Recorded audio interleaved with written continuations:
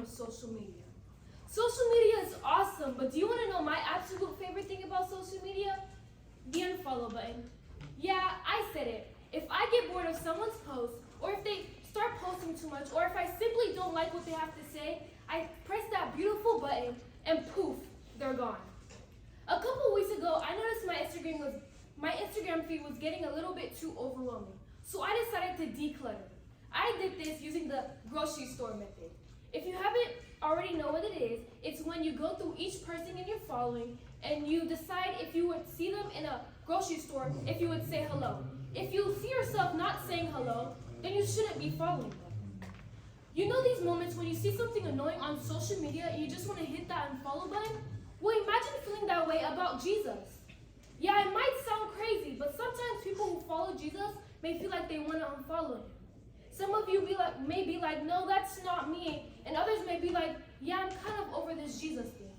Usually, it's not that we stop believing in Jesus that makes us unfollow him, but it's that often following him becomes too tough or inconvenient. Maybe we make new friends who don't believe in what we do, or we rather do something that we know Jesus wouldn't approve of. Sometimes we rather have fun on Saturday nights than go to church on Sundays. Basically, we might want to unfollow Jesus because it's more convenient for us. Even back in Jesus' time, some of his earliest followers were tempted to stop following him. He had a huge following with thousands of people from everywhere.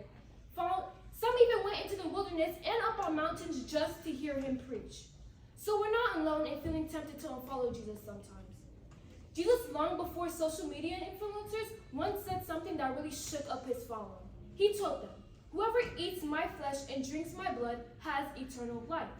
Naturally, everyone freaked out because it sounded kind of gross and super weird, but Jesus was speaking metaphorically, hinting at his upcoming death and how it will lead to eternal life for his believers. Unfortunately, his listeners didn't get the metaphor and things got pretty tense. John 6:66-69.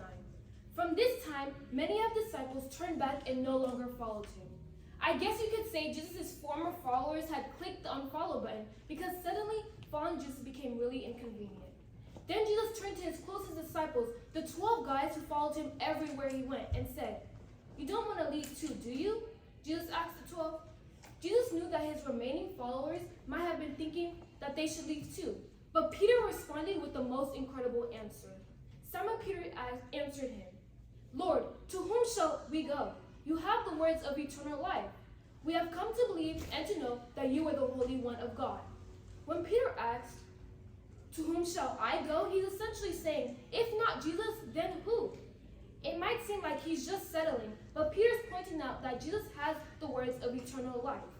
Sure, following Jesus can be tough, and Peter didn't always get him. But who else could he turn to?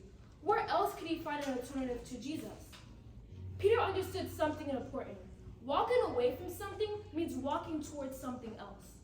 Peter realized that walking away from Jesus meant choosing something else to follow. And he decided that compared to Jesus, there's nothing else worth pursuing. So when we're tempted to unfollow Jesus because it's tough or inconvenient, Peter would advise us to ask ourselves, "To whom shall I go?" And he'd also warn us not to walk away if we don't know what we're walking toward. When life gets tough or inconvenient, you might feel tempted to unfollow Jesus. You might even start drifting away because you have some unanswered questions, but it's a mistake to walk away. So here's the big question for all of us. To whom shall you go? Do you have a better alternative to Jesus? No. Is there someone else or something else worth giving your life to? No. Maybe now it's time to reaffirm your decision to follow Jesus. Take a moment to ask yourself, to whom shall I go? And if you're doubting, questioning, or drifting away from Jesus, remember, do not walk away. Jesus is the answer.